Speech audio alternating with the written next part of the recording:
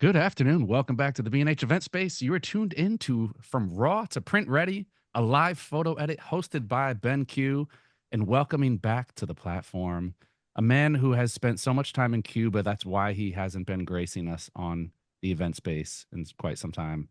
Vincent Versace. Well, Vinny, thanks for having me back. back.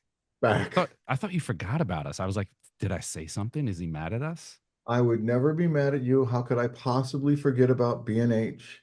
I would never, never. Donald, right? Don- Cut his mic. Cut his mic. I'm doing the edit today. No, I want to welcome you back, man. Look, it's been really, really, really great. Just in the green room time. We missed you. We haven't had you on in quite some time. Great presentation for everyone today. Vinny's going to be going through. He did really just get back from Cuba, so he's got some fresh images that he's going to be going through. We're going to talk monitors. It's that time of season where we gift other people, we gift ourselves. You might need a new monitor. So he's going to be talking about the benefits of the BenQ system and their monitors and why color accuracy and all that jazz is so important. So stay tuned over the next hour. As always, if you guys do have any questions, feel free to drop them into the chat on YouTube. Vinny, I'm going to let you do your thing. I'm going to get out of the way. I'll see you in a bit for some Q&A. All right. Well, I look forward to Q&A. All right. So thanks for having me. Thanks for tuning in. What I thought I would do for this one is, since I just got back from Cuba, I'm going to take an image from soup to nuts. The only thing that you're not going to see me do is go through the first line edit to decide what it is that I want, and to make it so, to speed things up, I have a bunch of pictures that I'm going to pick from, that I picked from, and I've grabbed one to show you. First and foremost, the most important thing that you can do when you work on an image is to have a calibrated monitor. Before you do anything, it's calibrate the monitor and have a good monitor to work with. I work with BenQ, and the reason why I work with BenQ, it's the window to the soul of my image. With that said, let's take a look at what it is that I'm going to work on. So I'm going to share my screen. So now you see my entire screen, and I'm going to take you through my workflow. So the first thing, we're going to work on a boxer. And so I photographed boxing, and we're going to open up my raw processing software. And the software that I use is the camera manufacturer software, which is what I would recommend you all use. Get on here. There we go. And so from this, let's take a look at this raw file. Let me shrink this down a bit. So what I have here is, we're going to work on this image. And I've selected in my background the gray background because I'm making color management decisions. And because I'm making a decision about color, what I want to make sure that I have is neutral color around it. If it was black, what's going to happen is I would be adding artificial contrast to the image. Now, in my workflow, what I will do is I will make one at normal value, save it as a 16-bit TIFF, one at one stop over and one at one stop under. And I will save it as 16-bit TIFFs. Now that I've done that, let's get out of here. So you can see right here, I have these three different exposures. I am going to generate an HDR image from three exposures. And I'm going to use HDR effects to do it. Now, what's going to happen is I'm going to get a screen down here that says I have an error. That's because I've generated one file out of three files with exposure. So I'm going to make this one under.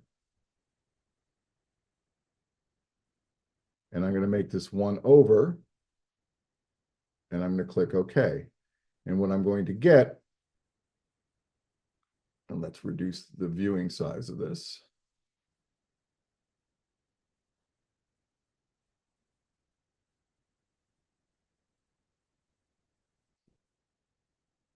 Is all of the different choices that I have. So for one, I'm going to deep one, deep two. And what's happening is the software is looking at the three exposures and it's going to make a blend of those three exposures. So let's save as, and it will save it as this. We're going to call it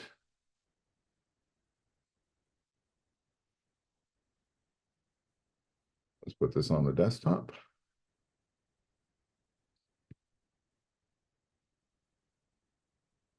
HDR deep, new folder. Now, what I like to do is I like to work on the desktop when I'm working on an image so that it's easier to send things to and it's easier for me to find. So I've got this. Let's go to brighter, sure.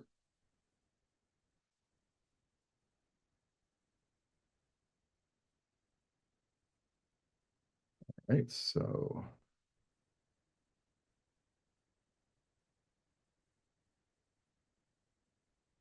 this is just to make my life easier. Save. And then dark. Save as.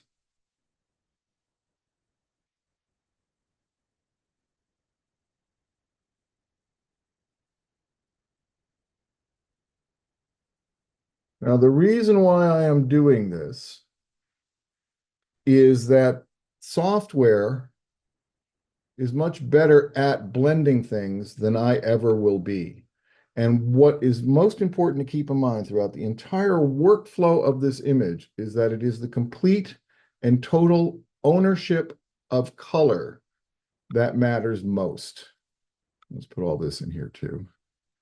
And he or she or whatever your personal pronoun is that controls color wins. It is a total and complete ownership of color. And so why I'm doing this is so that I can guarantee that I have the best maximum mix of color, maximum mix of exposure, maximum mix of saturation, and most amount of control. So we're going to go here. We're going to go to scripts.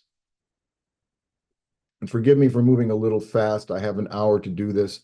The beauty of this is that it will be saved and put up on the internet, and you'll be able to watch it over and over again. And that is the power of the pause button, which is a space bar. Open all of these. Boom. Okay, now we don't have to automatically attempt to align sources because they're all from the same image. And one of the advantages of generating an HDR image from the same file is that everything matches. Now you have a 14.5 stop dynamic range sensor, and you have up to 2.5 stops that you can pull out of a shadow. So you can create one stop under, one stop over, and extend your dynamic range from any image. So I frequently use this technique a lot. So let's look at this. Bright, dark, deep, TIFF at the N minus, N plus. So we have all of our files to work with. Which one do we want to use as our base? I'm thinking this is my base. We'll put this here. And what that means is that this is the one in which I'm going to add things to. So deep. Now from that, hit the letter F. That gives me the gray background. And you see how I've set Photoshop up to have a gray background.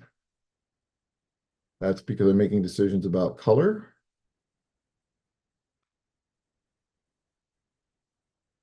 All right. So let's go here. Let's create a layer mask. Let's fill our layer mask with black. So D for default. which gives me white in the foreground, black in the background, command or control delete, command or control, or command delete control backspace if you're on Windows. I'm going to hit tab to make this all go away. B is the keyboard command for brush. I'm going to move my brush up, and I'm going to hit the number 5. And what number 5 does is it gives me 50%, if you see right here. I'm going to use a soft brush, and I'm going to hit tab.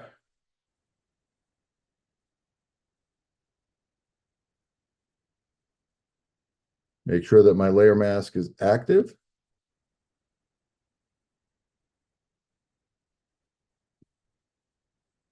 Don't you love it when things cooperate?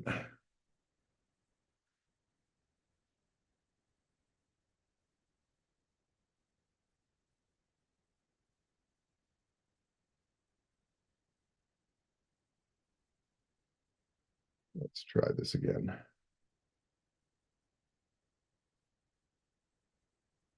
There we go. B for brush. And I've set my brush to 50%. And the reason why I've set my brush to 50% is that what we know is this. Layer masks work on the gray scale, and they work on a scale from 0 to 100, which means that whatever I'm going to do is going to be 50%, more than 50%, or less than 50%. Now, if I use the command Shift F or Control Shift F, I will get the fade, whatever it is that I did dialog box. So if I want it to be more, I can dial it in more. And if I want it to be less, I can dial it in to be less. And so I can't possibly know what the exact amount is that I want. And right now, to me, it looks like 83% is what I want. So I'm going to hit tab, and I'm going to come back here, Command Shift F, and since I already know it's 83, I'm going to type in 83. So the way that I work is I'm working global to granular. I'm solving my biggest problem first, and my next biggest, then my next biggest, then my next biggest. And so the issues here is I first have to get a base image that I can use, that I can then refine. I'm emery boarding all the way through. One of the things that I'm going to come back and do is all of this Hindu Arabic symbolism I'm going to remove. And the reason why I'm going to do that is it pulls your eye, you read it first, and what I want you to do is to see the picture. I'm not doing an advertisement for the gloves. What I'm trying to do is to make sure that you get this person. So to do that, I'm going to use one of the AI tools, the either generative remove or the spot remove tool. That said, this is about the picture. I'm not recording history. What I'm doing is making art. And this is one of those cases where AI works to my advantage. So we have this. Let's look at this. And I think what I want to do with this, let's bring this over here. Let's create a layer mask. Let's turn it on. Let's fill it. I'm going to use this to tap in. Let's zoom in on the eye. B for brush. Shrink our brush tool down.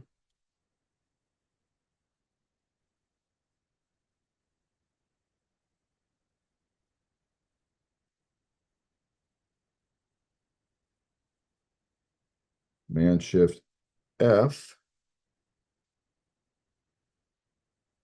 Vinny, while you're doing this, we did have a question come in asking if you have any recommendations for calibration software. I do have recommendations for calibration, and the reason it's the Calibrate calibrator. I use the calibration puck and software because they're optimized for the monitor that I use, which is BenQ. So they have a very good relationship, and calibration is singularly the most important thing you can do when you're working on an image. When I get hired to do a job, or if I'm going to work on a piece of art that I'm going to sell, I calibrate my monitor. And the reason why I do that is because I know the colors that I see are the colors I'm going to get. And I need to know that the red that I'm looking at is the red that I captured. So my whole system and why I choose the camera I choose, the lenses I use, the monitor I use, etc., is so that everything I do can make it to print, and what I saw is what I get. I cannot impress upon you enough that having an Adobe RGB monitor is a good call. Laptop monitors aren't the best thing to work on, and all-in-one computer monitors are not the best thing to work on. And the issue there is you're spending all of your money on a monitor that, 3 to 5 years from now, you're going to get rid of.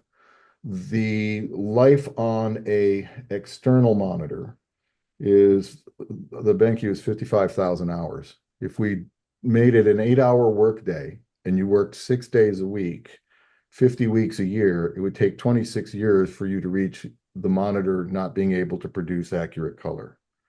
Put your money in the computer, buy the monitor once. That's been my philosophy, and it's worked. That said, let's get back to this.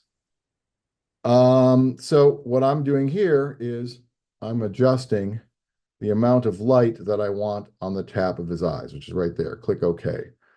Because everything that I do, all the pictures that I work on are optical illusions. And my job is to draw your eye where I want your eye to go. So right now, I want your eye to go to his eyes. The problem I have, which we're going to come back and address to, is this light spot is pulling. This is pulling. This has got to go. And then what I will do is come in and reinforce all of the structures that I want so that your eye goes where I tell you to go. You do what I want you to do in a way in which you don't think you're being led down that path. My job is to make it so that you always are looking at the photograph and that you can't stop looking at it. So I use bokeh, blur. That's a correct pronunciation of that word is bokeh, not bokeh. Boca is a city in Florida. Bokeh is a quality of blur. So I want to get rid of the things that distract. I have an area of retreat, which is the blur, and I have an area that will become the area of attack, which is the eye, which is where I want you to go. And I have in the composition things that lead you here. So your eye has a place to rest, but it's always going to come here, and your eye has the illusion of motion through the gesture of the image so that you're looking right here. And the reason why I like to use real pixels when I generate an image before I get to using curves and all of that is that these are all generated from the raw file based on exposure. And from the raw file generation, I am able to create different types of HDRs that I can use that give me the extension of dynamic range without the disruption of artifact. So I find that doing it this way becomes very, very helpful. And it makes for a more accurate looking photograph. Now, one of the things that I can do, since I'm liking this color, is let's go to the color blend or to luminosity. And so what luminosity does is it preserves a color beneath, but without disrupting the color or changing the color that I had. So I like what's going on here. So let's create a layer mask. Let's fill that layer mask with black. Let's get rid of you. I don't need to watch the video, thanks. Yeah, all right. So tab, make sure that we're in the right spot. B, 50%. My one complaint with Zoom is the thing you all can't see, which is that Zoom taskbar. All right, so let's use this.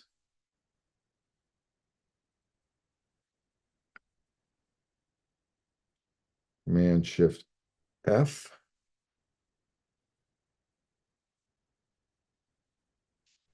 '66, perfect.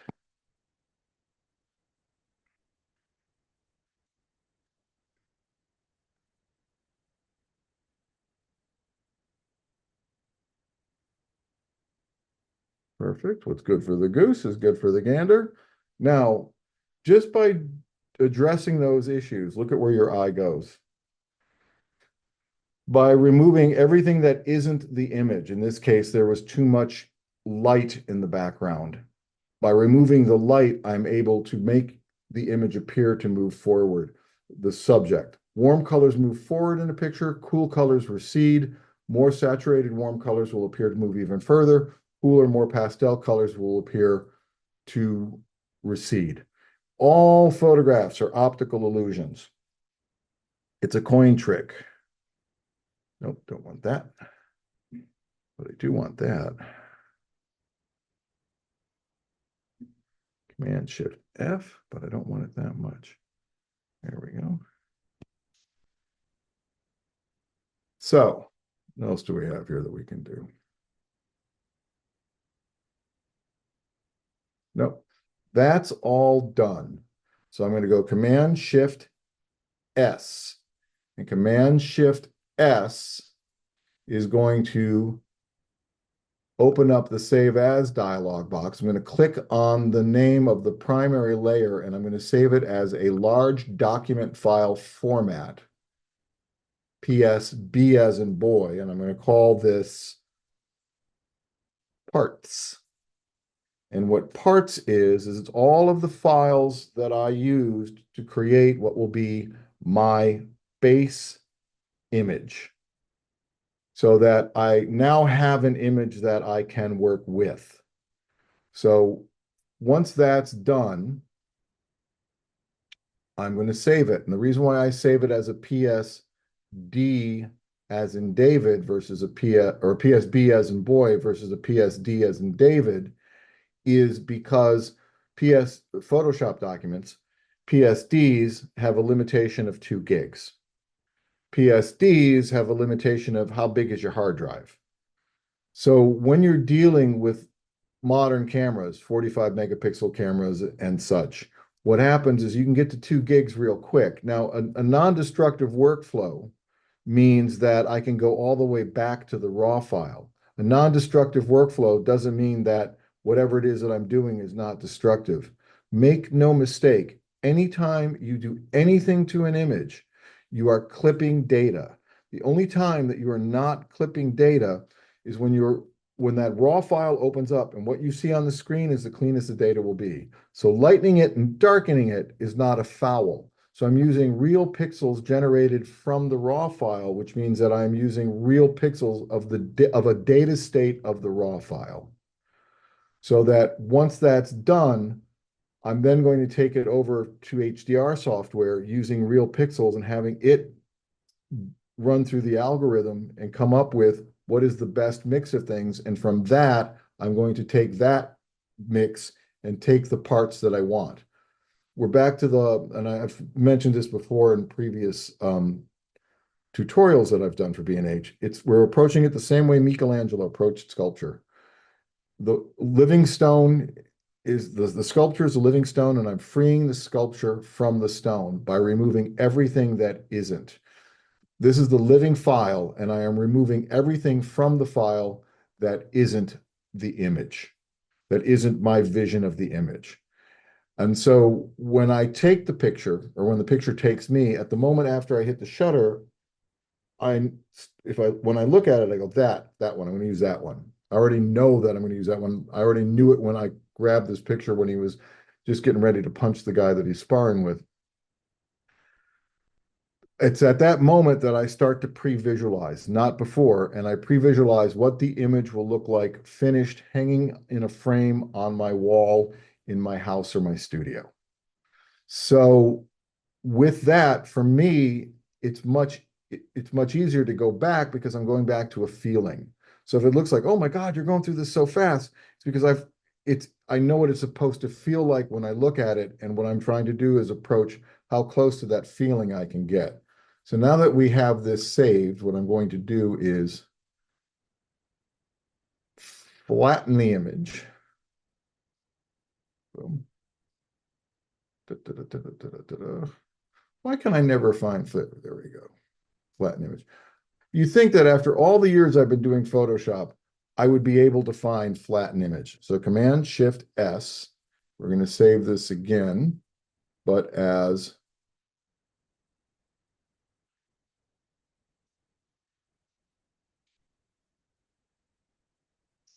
base.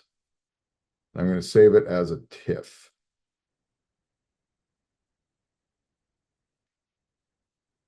So what I have now, if I completely screw up, I have the data state of the image before I've done anything. So let's start by removing some of the things we know we don't need. First thing I know I don't want is this and that.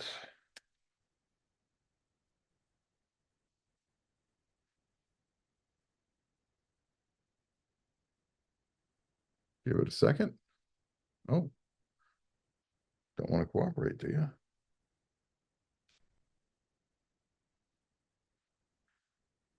Let me say this about generative fill. When it works, it's great. When it doesn't work, it's great. It's glorious in both directions.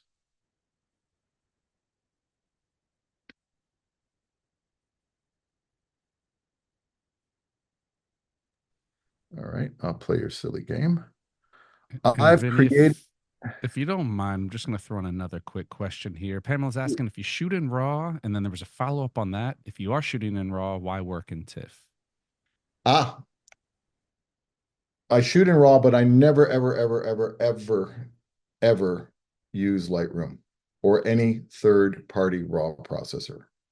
And the reason for that is that the camera manufacturer, don't care whose camera manufacturer it is, knows better about how your RAW file should be demosaicked in color than a third-party manufacturer. Specifically, if you're a Nikon shooter. If you're a Canon shooter, I understand. The UI for Canon is a little bit not that they're all difficult. It's just a little bit more difficult. Um, so I processed my file in RAW to a TIFF because a RAW file is a TIFF, but with an instruction set that tells software how to rebake the cake. Whenever you're looking at a file on the screen, you're basically looking at it as a TIFF-ish file. A TIFF is a RAW file in which the data state has been stripped. It's a snapshot of something. There is no RAW processor on the face of the earth that is as powerful as Photoshop. This is a non-destructive workflow in which I am not creating multiplication artifacting. The potential of doing some of the things that you do in a RAW processor can lead you down a path in which you will create multiplication artifacting. Having the ability to have layers and layer masks and all of that, to be able to use plugins, that's the realm of TIFFs. For example, if you're in Lightroom and you want to use Nick's software, you want to use Silver Effects, you have to convert it to a TIFF to be able to do that. So if you're going to do that, why not be in the more powerful piece of software, which is Photoshop? Lightroom is great as a database. It's great for captioning. It does a decent enough job for processing raw files, but as an image editor, you're never going to beat Photoshop ever. Um, the issue I have with raw processors is because we ask them to be more than what they should be. We want them to be an image editor. Photoshop is designed specifically to be an image editor. It has a better approach to color. Color is the whole key to this. It's the ownership of color, color management. Looking at this all in the gray space means that the choices that I make for color are all about the color. I'm not being forced to look at something that's dark around the image that creates artificial contrast. TIFF is the most stable of all the file formats. So if it's the most stable of all the file formats, this allows me the ability to have the greatest amount of control. That's why. Did I answer your question with more words than you wanted? All I right. think that works. Okay, so let's use generative fill since this is not cooperating. And I wrote an action for this. And is it okay to have people send me an email and I'll send it to them? Yeah, definitely. If anybody, yeah, you want us to drop your Yeah, email in there, website? my email address is Vincent at VersacePhotography.com. Drop me an email and say, send me the generative fill action. So what I've done is I've selected that area and I'm going to hit play.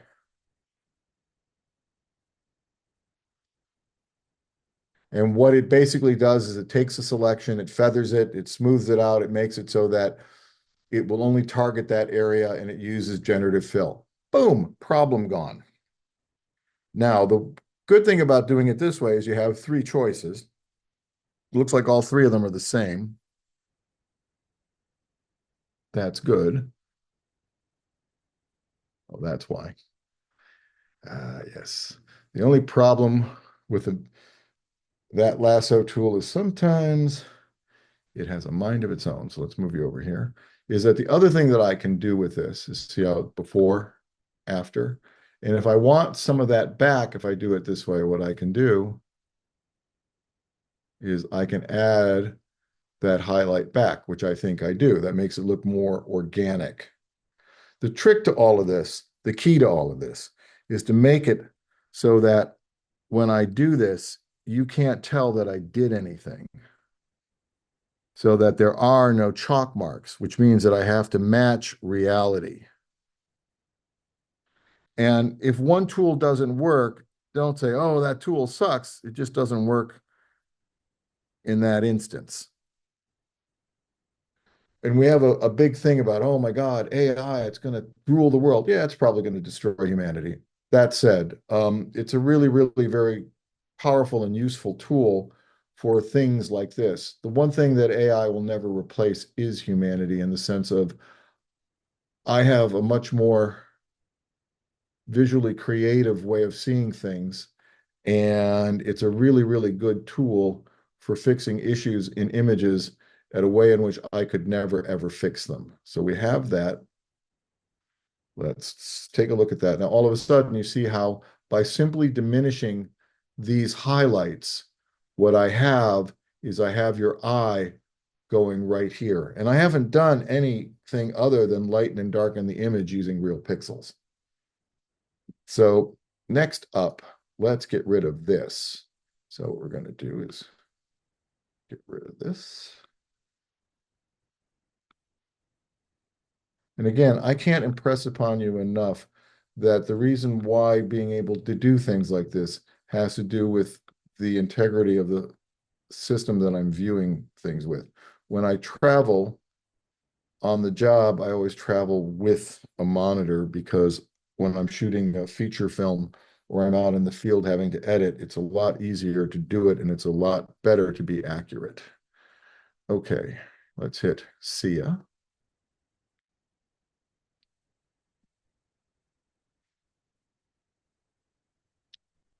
At this moment, I take a sip of coffee. Ta-da. Now we pick which texture we like better. One, two, or three. I think it's between one, three, and it's one. Now let's get rid of this. And this might be a little bit more difficult because it doesn't necessarily have something to pull from. So let's see what happens here.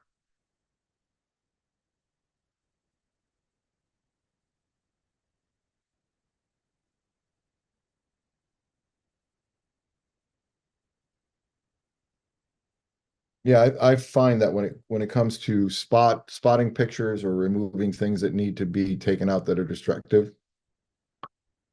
Oh,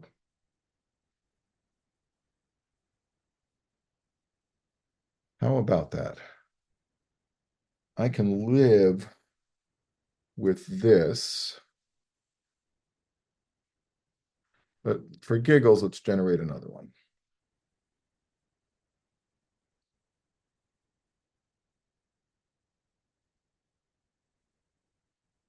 one of the issues, and if you do commercial work, if you don't have a release for the logo, perfect. That's exactly what I wanted it to do. If you don't have a release for the logo, you have to remove it. And I can tell you that this particular piece of software does a much better job at removing things than I can do. And it makes it so that I don't have to go looking for releases and all of that and go through the hassle of that. I can do specifically what I'm supposed to do, which is make an image for the product. All right, so let's run this again.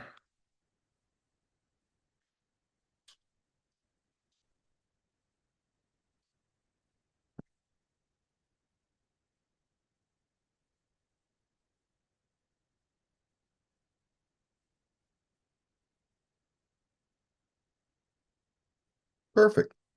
All right. So now what we have is we've removed anything that your eye can fixate on. And let's take a look at this, put it in a folder.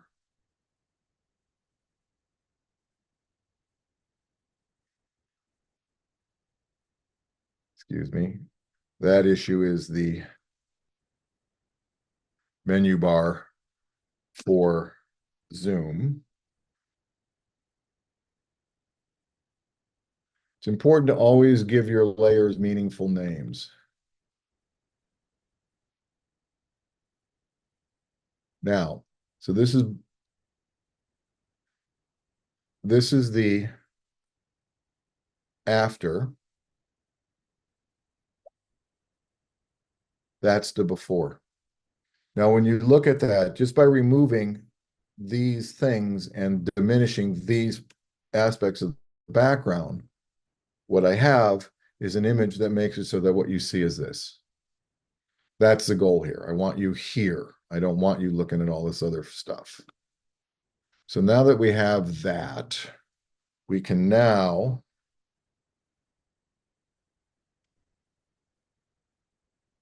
work on the image. So Command Option Shift or Control Alt Shift E creates a merge stamp visible, which I'm going to call master 1. And what that is it's everything below this image that I've done. So it's a snapshot. So when I do this, that's that. So Command J. I'm going to create a smart object, convert to smart filters. I'm going to attach a layer mask, and then I'm going to go Command J again and duplicate it and turn that off. So the first thing that I'm going to do is I'm going to go to Filter.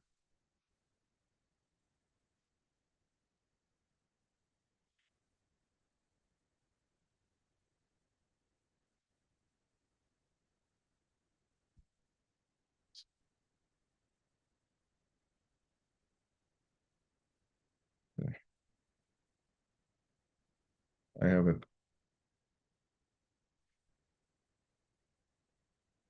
uncooperative.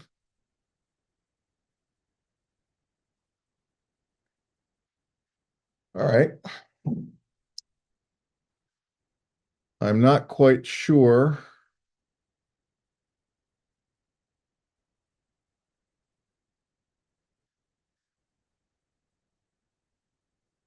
Give me 1 second. I have a piece of software that's not cooperating.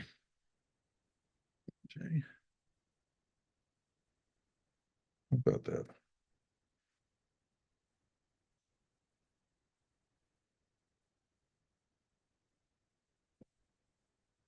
Command C. What I want you to see is instead of getting upset, what I'm going to do is solve the problem because for whatever reason, Photoshop does not want to see something that I want it to see. Don't save.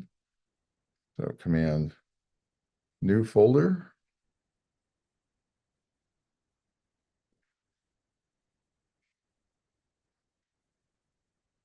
2016 by 1314. Got it. 2016 by 1314. New. Perfect. Okay. That's great. Okay. Holding the shift key down.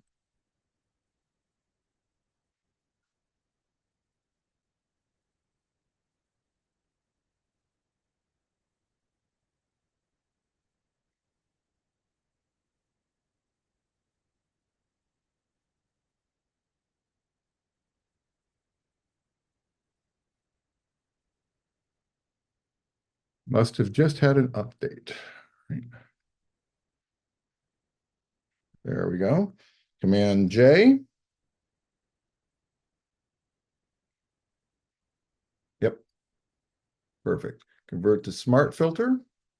We're going to call this skylight, SKY. And I'm going to go here to color effects, which is made by Nick Software. And I am going to select skylight. And why I'm going to select skylight is that skylight is going to add the appropriate amount of warmth into the image to dissipate the inappropriate amount of blue in the image due to the nature of where this was shot. If you see the difference between these, see how that's warmer and this is cooler? What I want to have happen is I want him to be warmer so he comes forward. I want to keep this cooler because it's in a shadow. And I don't want the blueness of the reflection of all the background around him to cool him down. So I'm selecting B for brush tab. I'm at 50%. I'm going to come in and I'm going to just brush in him. And then I'm just going to tap right there because 50% of 50% is 75% or 25%, which means that this is 75% warmer than the whole image, and this is 50% warmer than the whole image. And if I want, I'll come in here on his gloves, Command Shift F. Looks like 28% is what I want. So we'll put 28% here. Command Shift F. Now, how am I coming up with these numbers? If it looks cool, because I'm working on a calibrated monitor, it makes things easier. So now what I have is I have before, after. So this is before, this is after. See how he moves forward in the image? Now, Command Option Shift, Control Alt Shift E. I'm going to create another smart object. And I'm going to go down here. And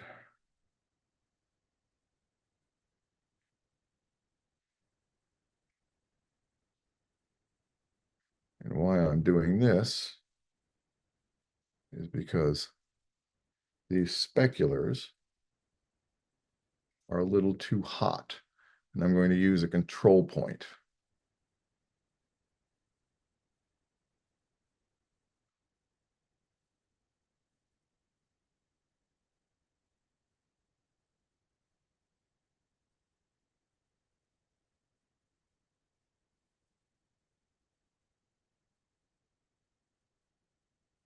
And what I'm going to do is I'm going to knock these down. Now, I'm not worrying about the whole image. I'm just worrying about that part of the image. So don't be going, oh, well, what about the rest of the image? Nope, it's not what I'm after. I'm using a tool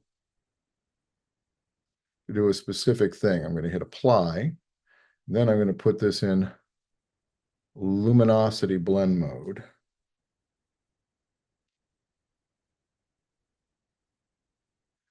And in luminosity blend mode, I'm going to hit my brush tool.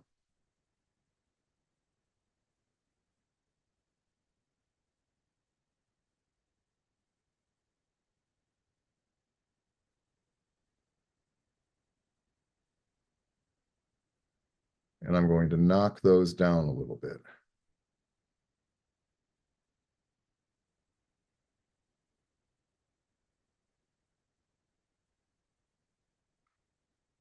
And if they really continue to bug me, maybe later I can use spot healing or the generative action and then fade that back.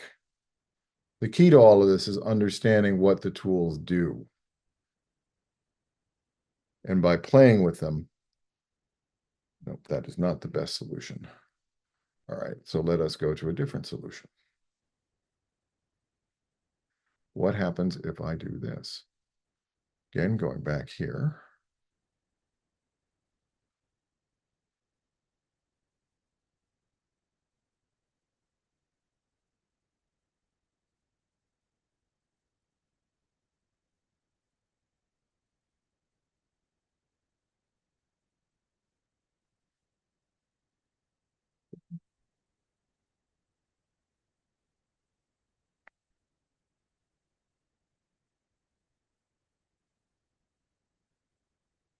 The other thing to keep in mind is you want to get as close to doing nothing to the file as you possibly can. Well, look at that.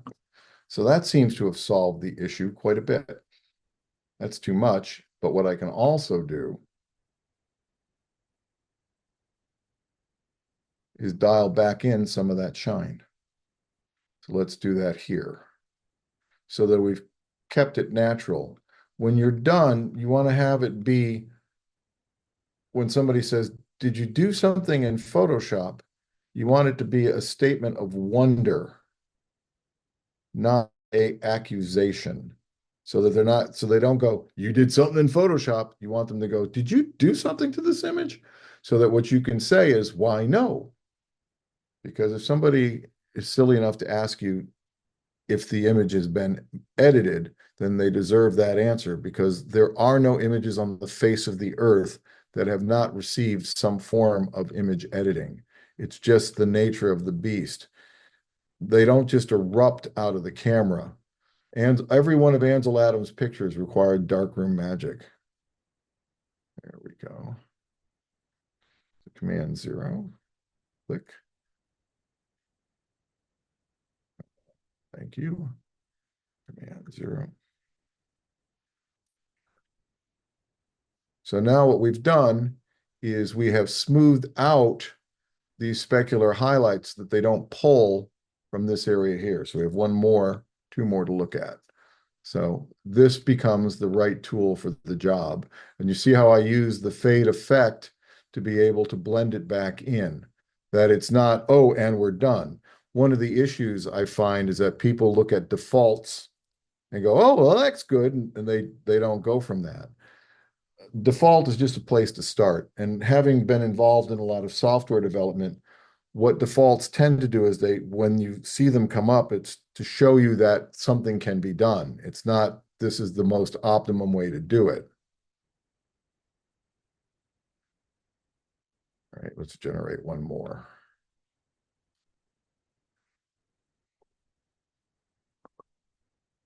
And what's helpful about having a monitor that you can look at that's calibrated is that I can see if there's a shift in the color. I can see if the skin tone is correct. I can make a decision that appears to be the best. And I can know that what I'm seeing is what's going to come out, what I'm getting, that there's no discussion about the accuracy or fidelity of what it is that I'm looking at. All right, so we're going to get rid of this one. Let's use and again, please, if this is something you find useful, feel free to send me an email. I'll be more than happy to send it to you. Oh, there is one price of admission. You have to follow me on Facebook. Since we know, or not Facebook, on Instagram, since we know that Instagram is the center of the universe for social media, that's the one there. And we're going to blend this highlight back. Okay. So now that we've done that, Vinny, I'm back. You're doing you're some back. generative stuff. We did Yeah. have a question that came in earlier regarding when you introduce generative AI into the picture. Yes. The AI always seems to be of lower quality. Our viewers asking, how do you deal with the quality difference if you are doing a more high resolution image? It's one thing if you're doing a smaller picture for Instagram, it might not be noticeable, but if you're doing a high resolution image and you do introduce that generative AI, how do you handle the difference in quality? Well, that's an exceptionally good question and exceptionally on point. And I'm going to give you the answer, and then I'm going to direct you to somebody else other than me that has a stupendous tutorial on it and a stupendous system of how to address that. It's a guy named Dinesh, Pixel Imperfect. Type in tutorials on generative AI. If you notice how I used generative AI, first, I only did it in very, very, very small areas. Did not do it in big, flat, plain areas. One. Two, I only did it in areas in which were of blur and had diminished detail. So whether it's high res or not, it's not going to degrade anything because of what it is that I want. Like, for example, here, this is all blurred out. So by removing this and getting that smoother, what I have is I'm going to have a texture that matches. If I wanted to remove, let's say, an area like this, that big, let's say, I wouldn't use AI that way. What I would do is I would do it in little segments along the way. Dinesh has come up with an action that makes it so that you can do it for high res. And since it's his action and it's his thunder, I do not feel comfortable saying, oh, here, have his free action. You should go and watch his tutorial and you should hear what it is he has to say. It's an incredible approach to it. He's absolutely spot on. So the trick with using generative fill is to pick where you're using it. All that generative fill would do back here is make this blurry. It's already blurry, right? So anything that helps it be blurry is going to be good. If I'm picking in an area here where the detail is already soft and fuzzy, if I do it in small areas, what happens is it stays that way. That's how you work it. It has a specific amount of pixels, and if the area is small enough, then it can maintains high resolution. Otherwise, you're going to have some issues. Like here, the immunization scar, that is of significant size that I can come in, do that, and it will be okay.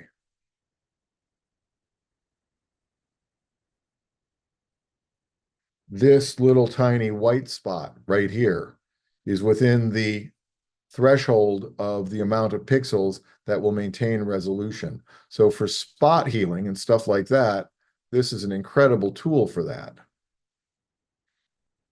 This is what I do to remove dust, scratches, schmutz, and things.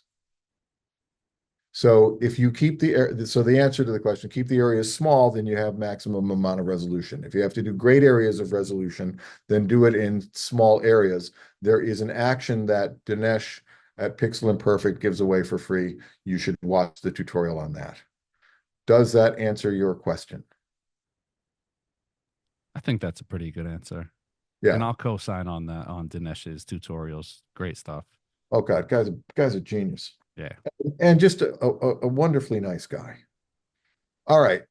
So what's the secret to success? When do you know when to stop? That's always my favorite question. When it stops looking good. And so that everything that I do to the image makes the image look better. And when it stops making the image look better, then what do I know? Time to stop. So now, after doing all of this, what did I notice? This is now pulling from the image.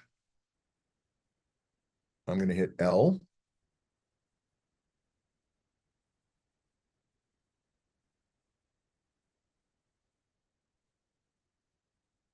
Again, not a big area of the image, so I will maintain the maximum amount of resolution that generative AI will give me that will be equal to the resolution of the file, so long as it's not big areas.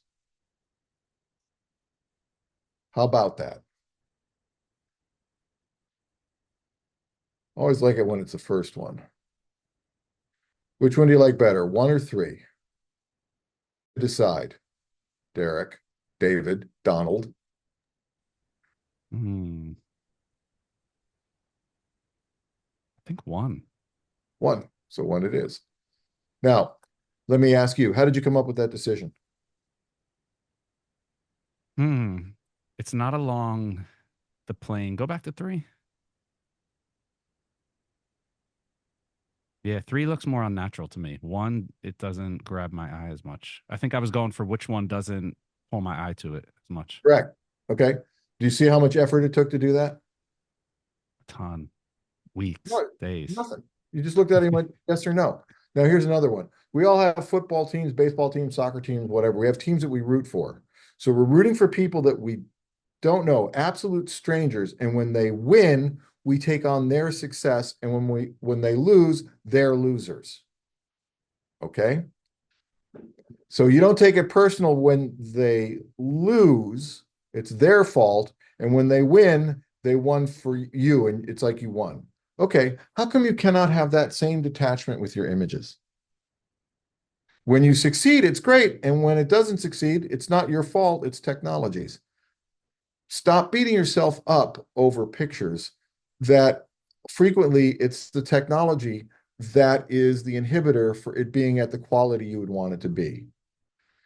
Make the image the best possible image that's as close to your vision of the picture, and don't worry about anybody else's vision of it, and just make you happy. When you took the picture, you liked it.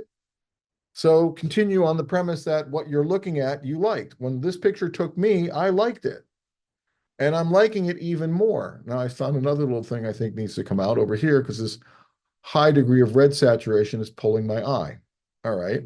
So let's use my favorite tool for stuff like this. Again, you see how small the area is that I'm doing when I do this? And what type of area am I doing it in? It's already blurry. So any diminishment in resolution is just going to be blur. Well, that blur works in that area of blur. So let's move this over so we can see it. You like that, or that? I don't think it matters. Now, what I can do is come back here and just put in just a little bit of that detail. So it makes it look real. So everything now leads you right here. Okay. And every decision that I am making is based off of the color of the image. And since the color is the most important thing, the control and ownership of color, I want to make sure that I don't artifact the color. So Command Option Shift E, GFBG.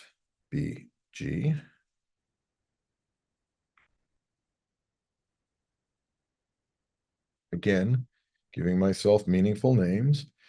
GFB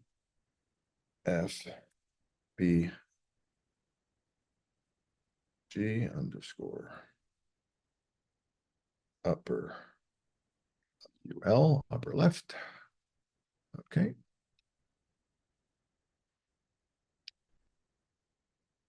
Let us make this a smart object.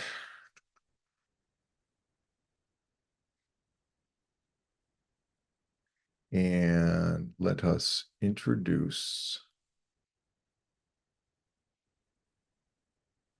contrast. Notice where's the last thing on this image for me is I'm now going to start getting into the world of contrast. And so that we have this full disclosure. I was employee number two of the company that originally invented this shit. Stuff. Sorry, which is Nick Software. So I have a tendency to use it. That's why I use it. If there are other third-party plugins that you use for this sort of stuff, um, I completely understand. Don't take it as the end all to be all.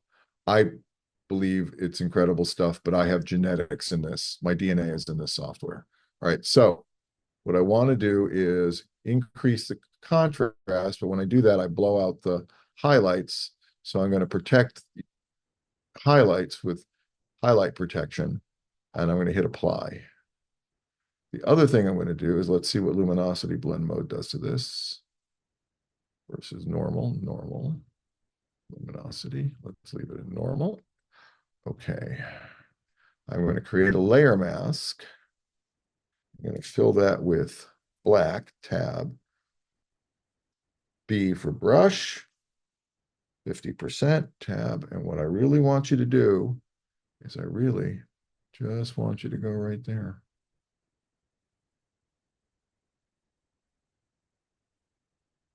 So Command Shift F, 25. You'll see why in a second.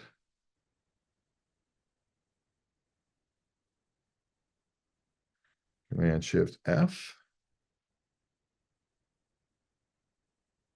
25.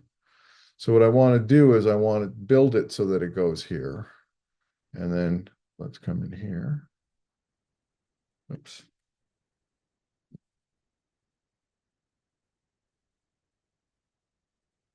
Command Shift F.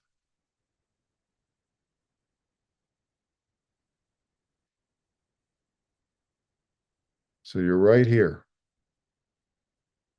Now, the only thing I can think of that I think I might want to do is I might want to take that down just a bit. All right, let's create a curve. Now you see how I have the big squares here? If I hit the Option or Alt key on this field, I get the small squares. And so if we go 1, 2, 3, 4, 5, and then 5 over here, we have 10 squares, or the zone system. So I have 10, basically the zone system broken down on this. But what I need to do is I need to diminish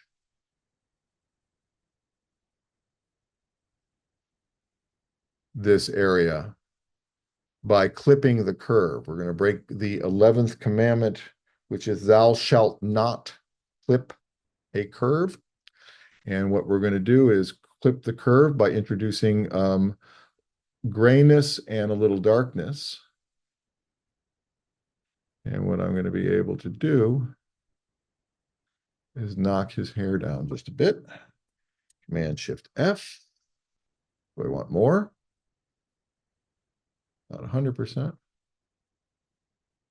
Right there. Boom. Let's just knock that down just a hair too. Command Option Shift E.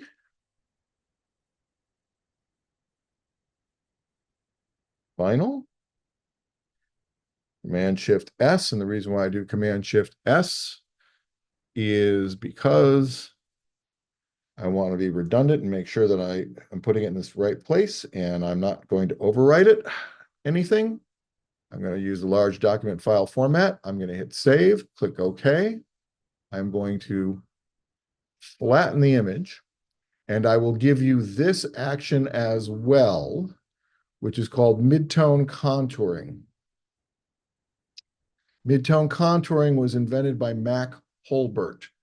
Mac Holbert is of Nash Editions fame and was Crosby, Stills, Nash, and sometimes Young road manager. And he and Graham Nash were incredible friends, and Graham was a better photographer than he was a musician, if you can believe that. And so he had a show, and in Japan decades ago, and they basically the outcome of that show, they invented what we know today as fine art inkjet printing. And so Mac Holbert came up with this to compensate for something called dot gain.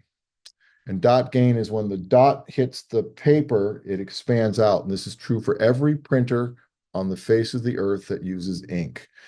The paper, it hits the paper and there's some level of expansion. This action compensates for that expansion. Now, what it is it's a low opacity, high radius, desaturated, high pass layer, high pass sharpened filter that goes over the image and it's targeted for just the midtones. And I've put in a layer mask, and what Mac says is that he wants it to be between 20 and 30%, closer to 40% than 20%. So I set it at 30%, and I use a layer mask because I don't need to sharpen blur, but I may want to sharpen just the eyes. If I get an artifact of blur in a blurry area, that works to my advantage, right? So let's hit D for default X. So what I'm going to come in here and do is I'm going to hit that at 50%. And then I'm going to come in here again and I'm going to hit that at 50%. Let's shrink that down. I'm going to go to 30%. And I'm going to come in here and tap his face. Oh boy, that would explain that, wouldn't it? Let's try that again. Helps to be on the layer mask. And if you see that it's not doing something, that should tell you, right? So let's go to 50%. Boom, there we go. Boom. 30%.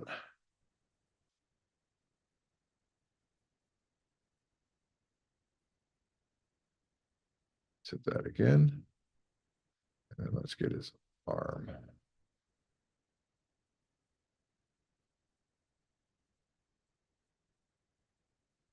So that image is now done, except for one more thing. I am going to key line a 12 pixel black border. This comes from my film days. When I would do that, I would stroke a border in the darkroom into all of my prints. And so what I have now is right on the edge of this image, I have a black border. So if I were to put this on a white background, I have a built-in match. Now, my workflow is this. If it's a TIFF, I know that it is an intermediary file.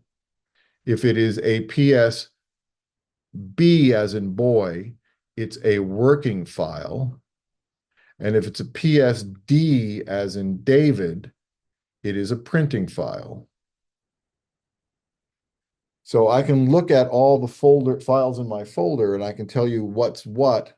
And if it's a PSD as in David, it'll be whatever the name is and whatever the size is, 13 by 19. And then if it's color corrections on the paper, then I will put down the paper type, because sometimes specific papers need to have specific adjustments to be able to make them the most optimum print. So what you have seen in an hour is me taking an image from start to finish that I hadn't really looked at other than to go, yeah, that one will work. And then making 3 images and from it, one under, one over, and one at N, normal, and then putting this all together. Any questions? Wow, I think you covered it. I do have a gear question. I want to know what monitor you are editing on. I'm editing on a 27-inch monitor right now that I travel with, BenQ 27-inch Adobe RGB monitor. Okay. Is that ideal size for you, or is that what do you 32 normally work on? 32 inches is ideal size for me. In my studio, I have a 32-inch approval color monitor that sits up front, and I also work on a Cintiq. The reason why the Cintiq doesn't do it for me for colors because there's a film over it that gives it a magenta cast. And I find that the BenQ is the most accurate monitor that I've worked with. And it's a window to the soul of my image. So boom. And when I travel with a 27-inch monitor, and I have a something called a Movic, which is a 13-inch Cintiq Wacom tablet. That's also a Cintiq, so I can draw on it. But when Wonderful. possible. Now, keep in mind, oh, I got to go on vacation with a monitor. No, you don't have to go on vacation with a monitor. I go where I go because just before going to the summit that I had to go to, I had to shoot a poster for a feature film. And so I have to right then and there deal with all of that because this was a last minute, oh my God, we have to do it. We need the pictures yesterday, but you haven't taken them yet. Okay. When I'm out in the field, um, I always travel with one, but that's because it's a nature of the beast. But in the Because you're Vinny studio, Versace. Vinny Versace always travels with a I 27-inch don't I monitor. don't travel, I deploy, Derek. You've seen me like Jesus, man. I've seen you. What? You never, my first experience with you was unpacking like 437,000 pounds of lighting gear into the event space in the store. Yeah, I remember that look like, hi, I'm Derek. What's this? That's for the 2-hour workshop we're doing. How much Yeah. gear you got? Oh, I hope I have enough.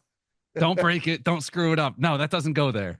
Yeah. It's like, this is a camera store. We have all this stuff. How do I know that?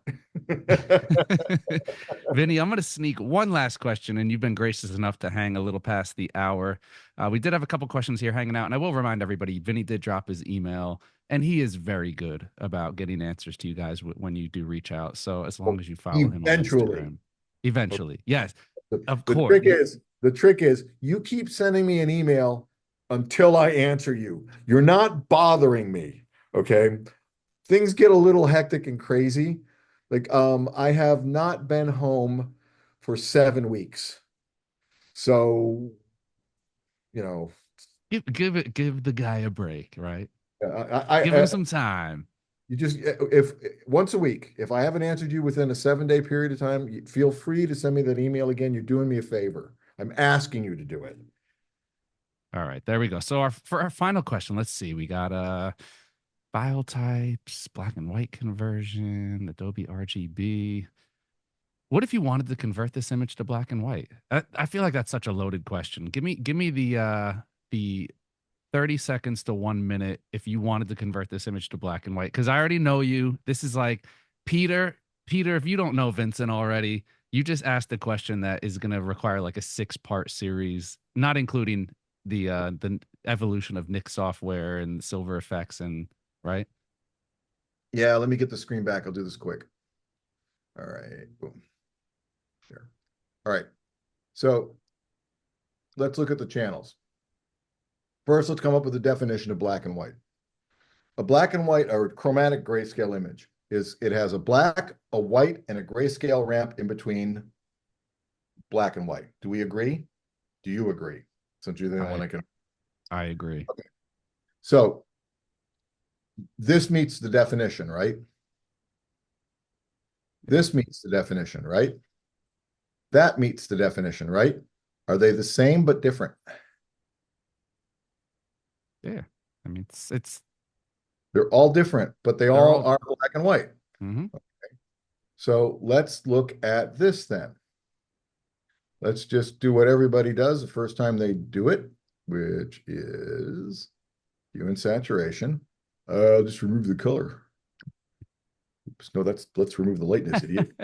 Remove the color. Okay, Remove the brightness. is that a black and white image by our definition? Of course. Yes, it is. Okay, let's look at the red channel. Let's look at the green channel. Let's look at the blue channel. Do you see anything different? Oh, No. Why? Because you've successfully destroyed 2/3 of the file's color information. All you have is luminance. Okie dokie. Now, with that said, let us go back to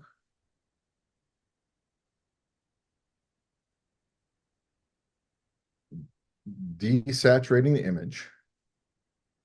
And what I'm going to do is, let's do this in curves. Let's do this here rather. All right, so equal values of red, green, and blue in an RGB world create gray. Let me prove it to you. Create 3 files. I'm going to fill the top one with black. I'm going to fill the middle one or the bottom one with white. And I'm going to fill this one with 128 tab, 128 tab, 128. Middle gray. Okay, can't get any more middle gray than that. Got it? Wrong one. Boom. So we'll call this B. We'll call this G. We'll call this W. I'm going to put them all in the color blend mode. Equal values of red, green, and blue produce gray. Black is what? 0, 0, 0, or equal values of red, green, and blue. White is what? 255, 255, 255. Equal values of red, green, and blue. It will produce gray. And of course, middle gray, 128, 128, 128 is equal values of red, green, and blue. So there are, the only memory colors we have are skin tones-ish, because we look at skin tones all the time, so we know if a skin tone is off. We know if something is gray, because black is not necessarily black, and white will make white if we're in an environment where all the light is a certain color or of different colors. So our memory colors are gray, basically, and maybe skin tones. So if it ain't gray, you'll know it, because we all know when we look at it that that's gray. Let me show you how powerful that is. So we're going to go here. I'm going to open this up, and I'm just going to make the green 131. I'm going to move the middle part to 131. So I'm only going to move it 3 points, so nothing. So when I fill this, you see that the image became green? It's a neutral green, but it's a green nonetheless. Okay, versus that's gray, that's green. Now, if your monitor ain't calibrated, you don't know if that's right or not. That's why, if it matters most, actually, if you do black and white, calibrating a monitor matters the most with chromatic grayscale than it does anything. So how do I do my black and whites? I have an action that produces 4 Silver Effects Pro smart filters, one for neutral so that I can just lighten and darken the back, and then one balance for green, one balance for red, one balance for blue. And I create my own image-specific tonal reproduction curve. In a nutshell. Nutshell. Look at that. I already know you too well. There you go. Next question. That's it. We got a couple more, but look, I don't want to Oh, keep you here all day. I'm sitting in New York, so You're hanging. You're hanging. yeah. Well, look, we dropped your Danny. If we didn't drop Vinny's website, let's drop Vinny's website, Instagram, all that jazz. And we did drop your email as well. If people do have any questions they think of, or if people watching on the replay, as always, feel free to reach out to Vinny. I want to send a huge thank you to Ben Q for hosting today's event. Vinny, of course, as always, a huge thank you to you for coming back on the airways for us. No worries, but you don't write, you don't call, you don't send me cheesecake. I was wondering. I was waiting for the cheesecake to come up, and I didn't make it out to LA this year. Notice how I like right at the end, man, right at the end. Dagger. No, boom. Where's the juniors? I gotta get out to LA with the juniors, sitting on the deck. Just come over. I mean, well, juniors, some McAllen. Well, better than McAllen. I have better than McAllen. Oh, then going 21. All right, I'm gonna look it up. I want to send again a huge thank you to Vinny, Ben Q, and of course, all of our viewers out there. We like to keep you guys engaged. We're glad we got you guys in on the conversation. If you do have any questions, of course, reach out to Vinny, but go support, go throw a follow on Instagram. I promise we're going to have more of him back in 2025. So hold tight for that. Again, a huge thank you to our hosts, our viewers, the guest of the hour. That is all we got for right now. Another edition of the B&H Virtual Event Space now in the books. Catch y'all next time.